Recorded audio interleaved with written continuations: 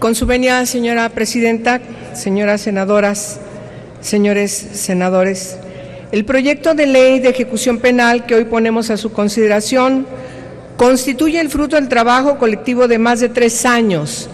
en que las Comisiones Unidas de Justicia, de Derechos Humanos, de Gobernación y de Estudios Legislativos nos dimos a la tarea de diseñar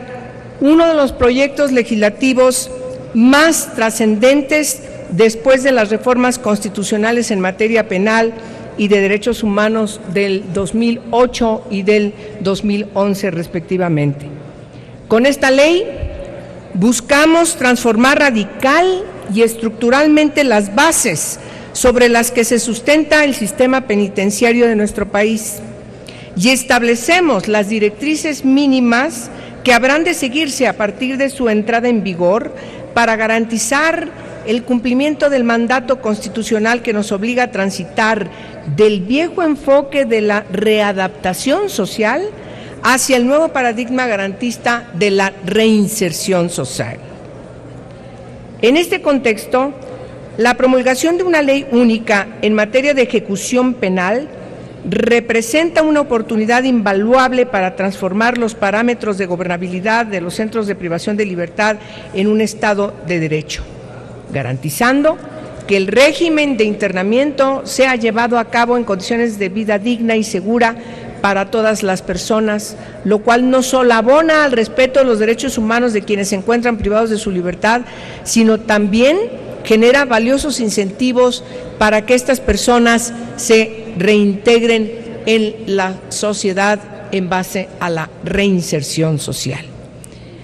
Actualmente, el internamiento deja en una situación de extrema vulnerabilidad a las personas privadas de la libertad frente a la discrecionalidad, la corrupción, la indiferencia, los abusos de poder y la falta de capacidad gubernamental para remontar el control, para retomar el control de Estado y hacer frente a los autogobiernos y cogobiernos que prevalecen en prácticamente la inmensa mayoría de los centros de privación de libertad del país. De acuerdo con lo documentado por la Comisión Nacional de los Derechos Humanos a través del Diagnóstico Nacional de Supervisión Penitenciaria, el sistema penitenciario nacional enfrenta una grave crisis derivada de la falta de una adecuada política nacional que atienda a los grandes rubros que constitucionalmente se deben observar y cumplir. Todas y todos estamos más que conscientes de esta situación y debemos asumir la parte de responsabilidad que nos corresponde. Por lo tanto, el presente proyecto tiene como base fundamental establecer las normas que habrán de observarse durante el internamiento por prisión preventiva, en la ejecución de penas y en las medidas de seguridad impuestas como consecuencia de una resolución judicial. También establecer los procedimientos para resolver las controversias que surjan con motivo de la ejecución penal, así como regular los medios para lograr la reinserción social, siempre teniendo como base de los principios, garantías y derechos consagrados en la Constitución y en los tratados internacionales de los que el Estado mexicano forma parte. Pretendemos dotar de herramientas a las autoridades competentes para generar condiciones de gobernabilidad, redefinir las facultades y asignar nuevas atribuciones para que los distintos órganos implementadores, así como mejorar y agilizar los procedimientos y contenidos normativos que permitan a las distintas instituciones del Estado cumplir con sus respectivas responsabilidades constitucionales. Entre los desafíos y para el respeto y garantía de los derechos de las personas privadas de libertad, se establece como primer lugar la necesidad de reestructurar y replantear la forma en que el Estado se constituye en garante directo de sus derechos. La tutela de estos derechos humanos requieren de una sola ley que integre un verdadero parámetro de protección para las personas que se encuentran en estos centros de privación de libertad. De igual forma,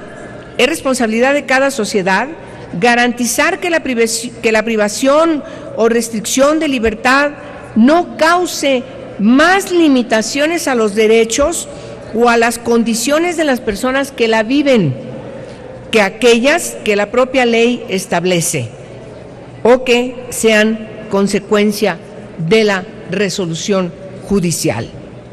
Es deber del Estado tratar justamente y respetar la dignidad humana, garantizar los derechos humanos de las personas privadas de la libertad en virtud de una sentencia, colabora con su reinserción a la sociedad y una vez que haya cumplido con esta.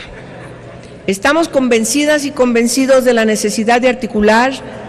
una concepción holística del respeto a los derechos humanos de las personas privadas de la libertad que parte de la siguiente premisa: las personas privadas de la libertad también tienen derechos y el Estado es su garante directo.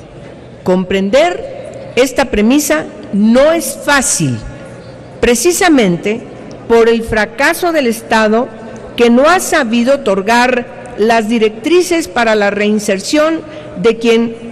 quienes cometen algún delito y lastiman a sus víctimas y también lastiman a la sociedad. De ahí que nuestra principal preocupación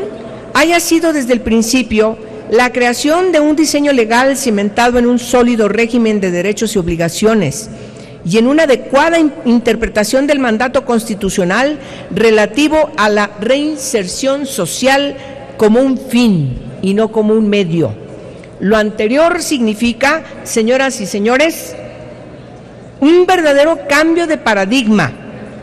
a partir del cual el sistema penitenciario debe organizarse sobre la base del respeto a los derechos humanos, del trabajo, la capacitación para el mismo, la educación, la salud y el deporte como medios para lograr la reinserción a la sociedad de las personas privadas de su libertad como requisito indispensable para la restitución plena de derechos y libertades de las personas que hayan sido objeto de limitaciones precisamente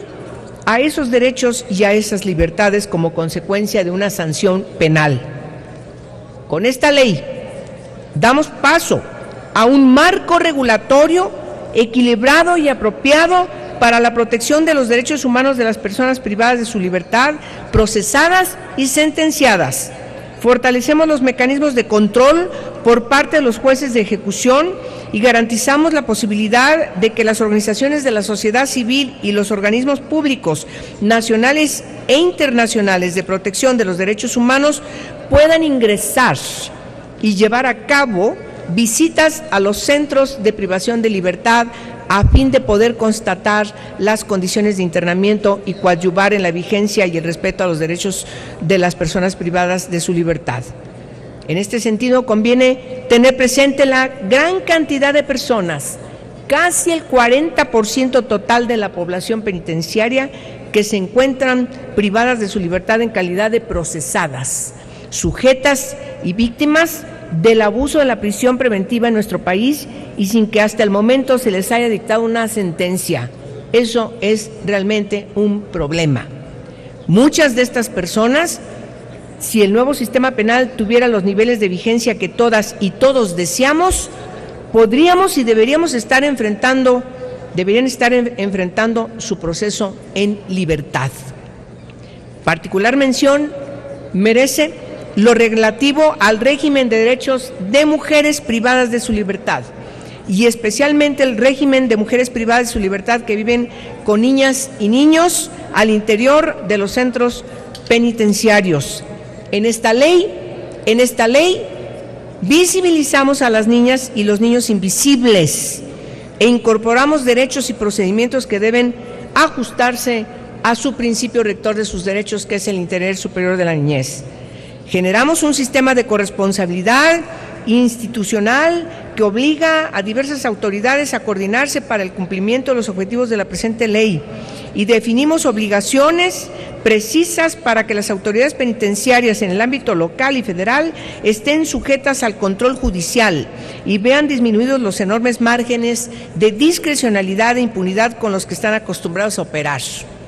Al respecto, es oportuno destacar que la autoridad penitenciaria estará obligada a mantener una base de datos de personas privadas de la libertad con la información de cada persona que ingrese al sistema penitenciario. Lo anterior de conformidad con lo que establece el Sistema Único de Información Criminal definido en la Ley General del Sistema Nacional de Seguridad Pública. La autoridad penitenciaria deberá mantener también un expediente médico y un expediente único de ejecución penal de cada persona que ingresa al sistema penitenciario. De la misma manera, la autoridad penitenciaria estará obligada a establecer los registros fidedignos necesarios con información precisa respecto al centro penitenciario. En cuanto a la intervención del Ministerio Público, en el procedimiento de ejecución penal se le asigna la obligación de garantizar el resguardo del respeto de los derechos humanos de las personas que tengan interés en la ejecución de las sentencias y de las disposiciones legales relativas al cumplimiento de las mismas. Cabe subrayar que el juez de ejecución, que es uno de los cambios más importantes en esta ley, dará trámite a los procedimientos que correspondan a la ejecución de sentencia para dar cumplimiento al fallo emitido por el juez de control o tribunal de enjuiciamiento en los términos establecidos por esta ley, por el Código y demás leyes penales aplicables. Se establece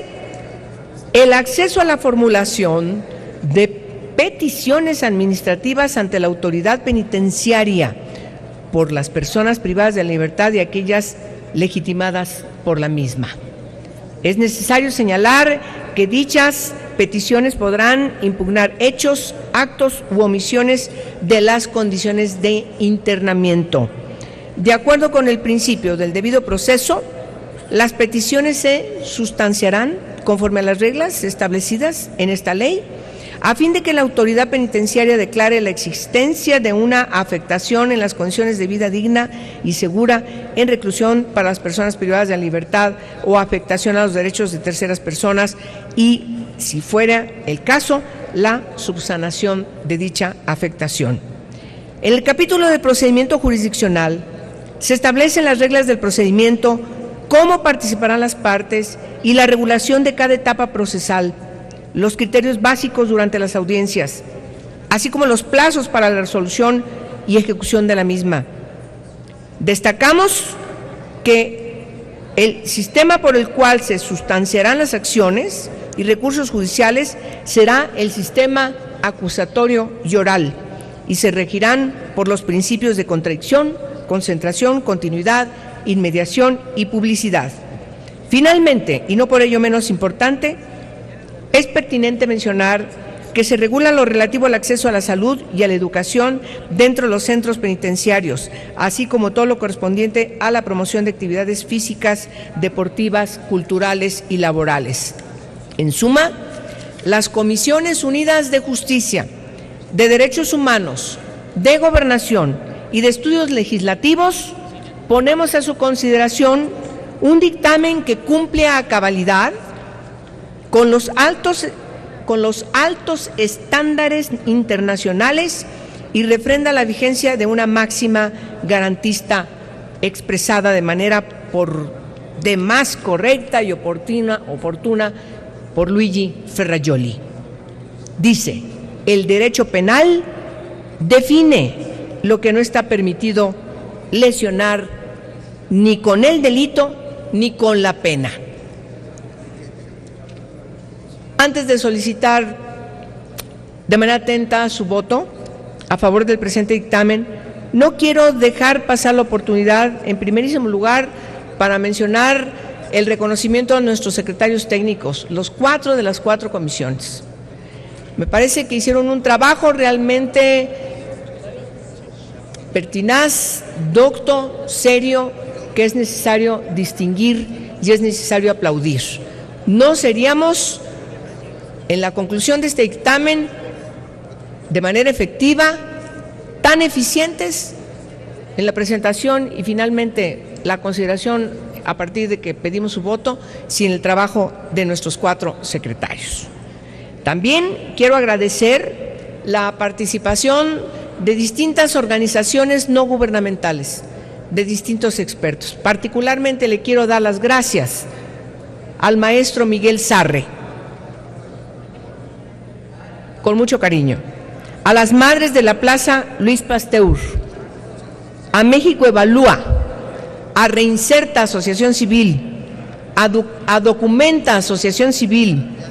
Alto al Secuestro y a México SOS. Muchas gracias a ustedes por su atención. Gracias, senadora. Tiene ahora